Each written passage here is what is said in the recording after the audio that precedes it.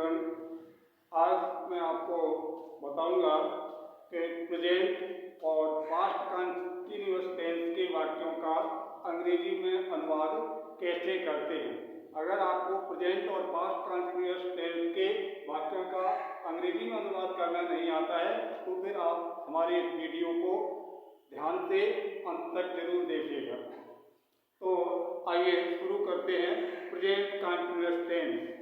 Present continuous tense में क्या होता है, किसी कार्य का वर्तमान समय में जारी रहना दर्शाया जाता है। क्या होता है, किसी कार्य का वर्तमान समय में जारी रहना दर्शाया जाता है और इस टेंस के वाक्यों के अंत में रहा है, रही है, रहे हैं आदि शब्द आते हैं। तो इसे सही तरीके से समझने के लिए हम एक नज़र इस टेबल पर डालते हैं। प्रेजेंट कंटिन्यूअस टेंस और इसकी पहचान जैसा कि अभी बताया, अंत में रहा है, रही है, रहे हैं आदि शब्द आते हैं। किसमें? प्रेजेंट कंटिन्यूअस टेंस में। ठीक है। और इसकी सहायक क्रिया जो है वो होती है इज, एम और आर। अर्थात अगर कर्ता एक वचन है तो हम सहायक क्रिया इज का प्रयोग करते हैं और अगर कर्ता बहुवचन है तो फिर सहायक क्रिया आर का प्रयोग करते हैं। और एम जो है वो केवल कर्ता आई के साथ आती है।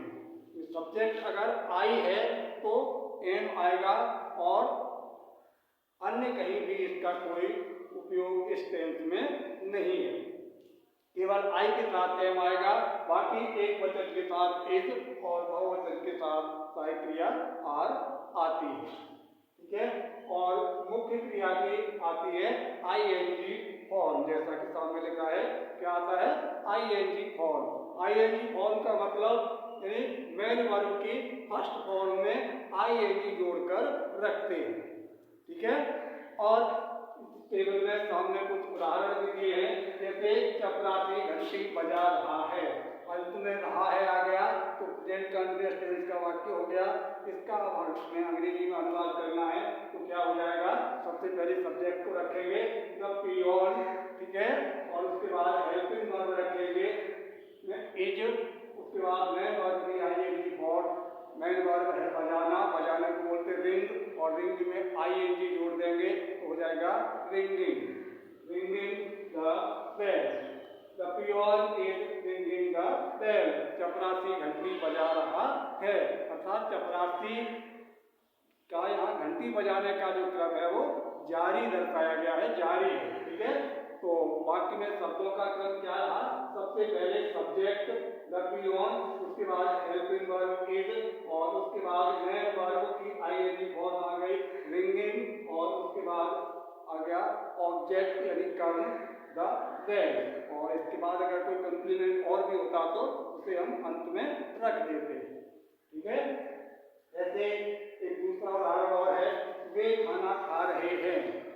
वे खाना खा रहे हैं तो वे यहाँ क्या हो गया? प्लूरल नंबर है। सब्जेक्ट को सहायक क्रिया हमने लगा दी यहाँ आर, क्या हो जाएगा? They are. ठीक है। और मेन वर्ब क्या है? खाना, तो ईट बोलते हैं, ईट में आईएनजी जोड़ देंगे ईटिंग, तो दे आर ईटिंग और ऑब्जेक्ट क्या है? The food, they are eating the food. ठीक है। अब यहीं पर चपरासी की जगह अगर मैं होता तो यहाँ सहायक क्रिया क्या हो जाती? इज। ध्यान रखना है एम केवल है आई के साथ आएगी। यहाँ पर अगर आई होता चपरासी जगह, इसकी जगह क्या हो जाता? एम। ठीक है। तो कर्ता आई के साथ केवल एम आएगा, बाकी सभी कर्ता एक वचन के साथ इज और बहुवचन कर्ताओं के साथ सहायक क्रिया आर का प्रयोग होगा और मुख्य क्रिया की आईएनजी फॉर्म यानी कि मेन वर्ब की फर्स्ट फॉर्म में आईएनजी जोड़कर रखते हैं। ठीक है। और माना कि अगर वाक्य नेगेटिव है तब हम क्या करते हैं? वही पिछले वीडियो में जैसा कि बताया, सहायक क्रिया के बाद हम नॉट रख देते हैं। जैसे यही होता है कि चपरासी घंटी नहीं बजा रहा है, चपरासी घंटी नहीं बजा रहा है वाक्य अगर ये होता हमारा तो क्या होता? सहायक क्रिया के बाद नॉट और लग जाएगा। ठीक है। तो the peon is not ringing the well.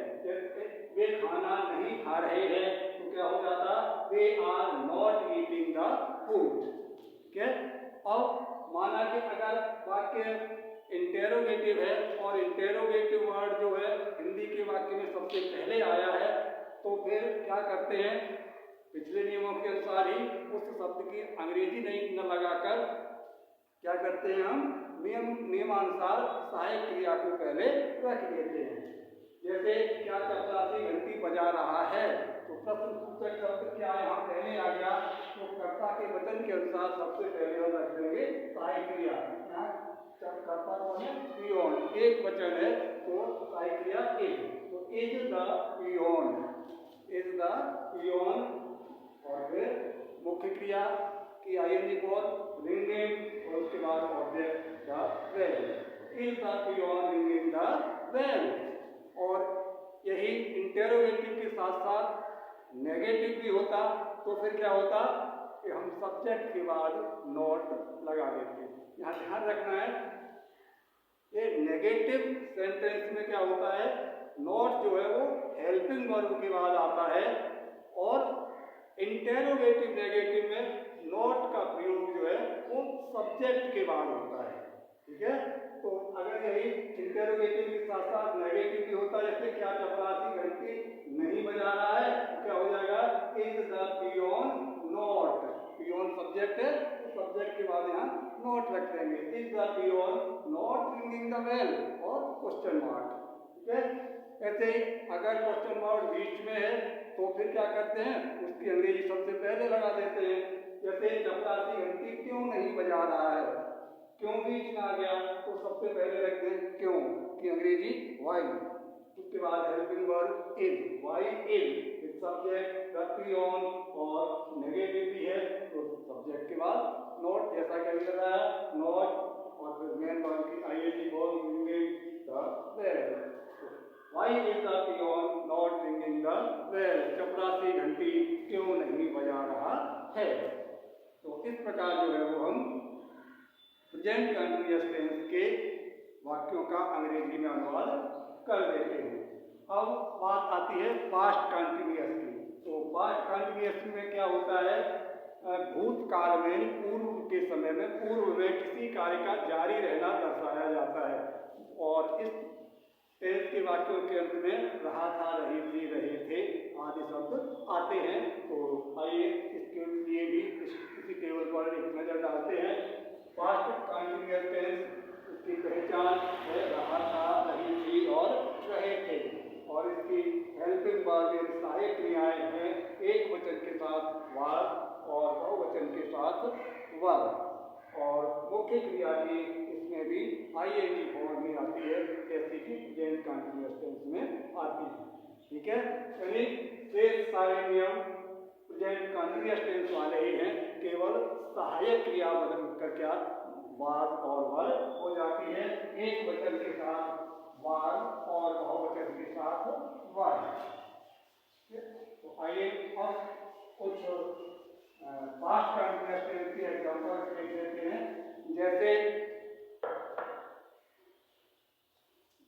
जैसे वह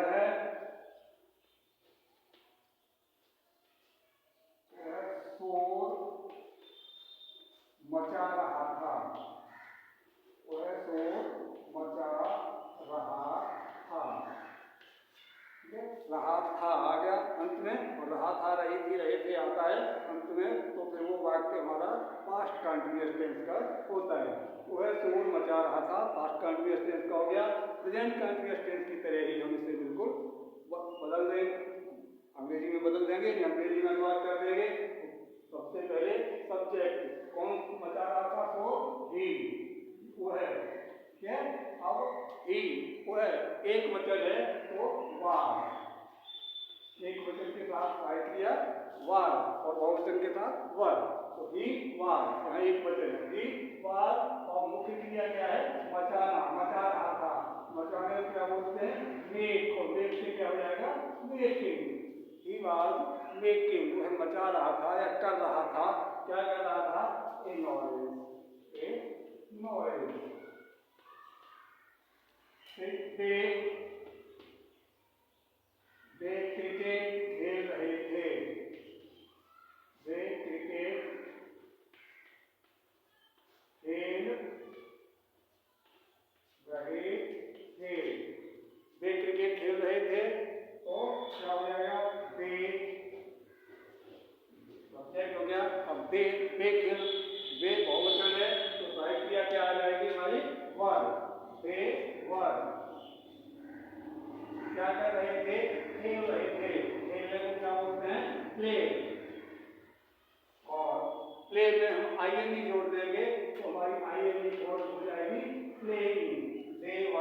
प्लेइंग, वे खेल रहे थे। क्या खेल रहे थे? Cricket. They were playing the cricket. ठीक है। और यही वाक्य अगर हमारे नेगेटिव होते तो फिर क्या करते हम? सहायक क्रिया के बाद नॉट लगा देते। ठीक है। जैसे वह शोर नहीं मचा रहा था, ये अगर होता तो हम क्या कर देते? He was not making a noise. Way cricket नहीं खेल रहे थे, अगर वाक्य यह इस तरह से होता तो क्या कर देते? They were not playing the cricket. ठीक है। और अगर वाक्य यही इंटेरोगेटिव होते और इंटेरोगेटिव वर्ड पहले आता तब हम क्या करते? सहायक क्रिया को पहले रखते थे। जैसे क्या वह शोर मचा रहा था? क्या वह शोर मचा रहा था? तब हम क्या करते? इस सहायक क्रिया को पहले ले आते सब्जेक्ट से। सहायक क्रिया को सब्जेक्ट से पहले लगा देंगे तो क्या हो जाएगा? Was he making a noise और बाद में क्वेश्चन मार्क। ही वाज का क्या हो जाता? Was he. ठीक है।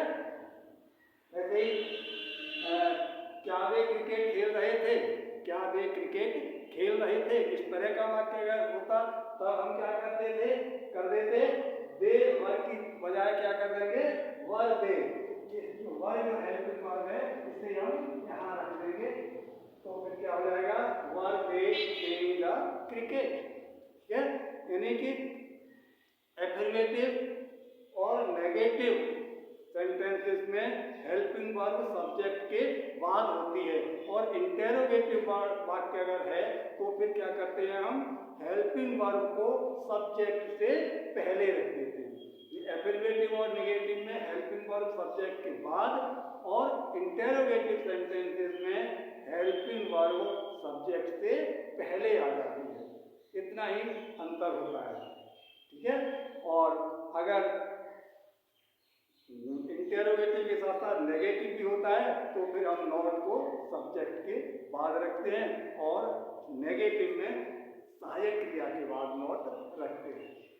इंटेरोगेटिव में नॉट को सहायक क्रिया के बाद रखते हैं तो नेगेटिव वाक्य में सहायक क्रिया को कहाँ नॉट को हम कहाँ रखते हैं? सहायक क्रिया के बाद। और इंटेरोगेटिव नेगेटिव में हम नॉट को कहाँ रखते हैं? सब्जेक्ट के बाद। इस चीज का हमें विशेष ध्यान रखना है। तो इस प्रकार जो है हमारा आज का ये प्रेजेंट और पास्ट कंटिन्यूअस टेंस का के वाक्यों का अंग्रेजी में अनुवाद कैसे करते हैं ये टॉपिक रहा। और इसके बाद आता है future continuous tense. Future continuous tense के वाक्यों का अंग्रेजी में अनुवाद कैसे करते हैं इसके लिए हम एक अलग से वीडियो बनाएंगे। हालांकि कुछ खास नहीं है, बिल्कुल वो भी लगभग ऐसा ही है, इससे ही मिलता जुलता है, थोड़ा बहुत अंतर है। तो उसके लिए अलग से वीडियो डालेंगे। तो उम्मीद करता हूँ प्रेजेंट और पास्ट कंटिन्यूअस टेंस के वाक्यों का हिंदी में अनुवाद करना ठीक से समझ में आ गया होगा। आज के इस वीडियो में इतना ही। Thanks, good luck.